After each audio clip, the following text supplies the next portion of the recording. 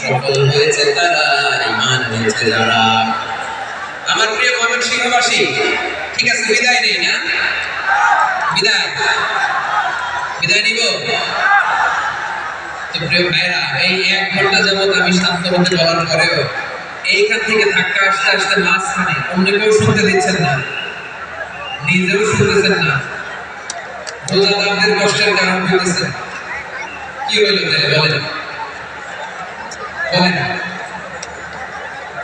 ময়মনসিংহের জেনজি এরকম করলে হবে?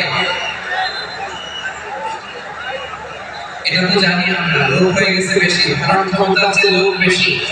এটা তো আপনারা দেখে আসছেন, কত প্ল্যান প্রোগ্রাম করে পুরো বিভাগীয় পুলিশ কমিশনার, পুলিশের এসপি, ডিসি মহোদয়, সব থানার ওসি, সব বাহিনী, অল প্রোটোকলস, সব দলের রাজনৈতিক নেতৃবৃন্দ একসাথে হয়, all force are working together to completely end the programme successfully.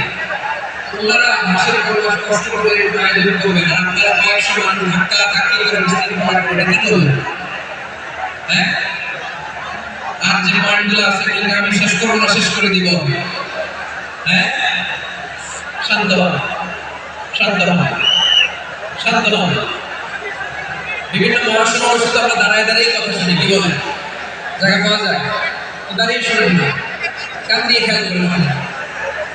আমি 10 থেকে 0 করবো, 0, 10 থেকে 0। যদি আওয়াজ হয় বিদায়, আর শান্ত হইলে কথা চলবে। 10, 9, 8।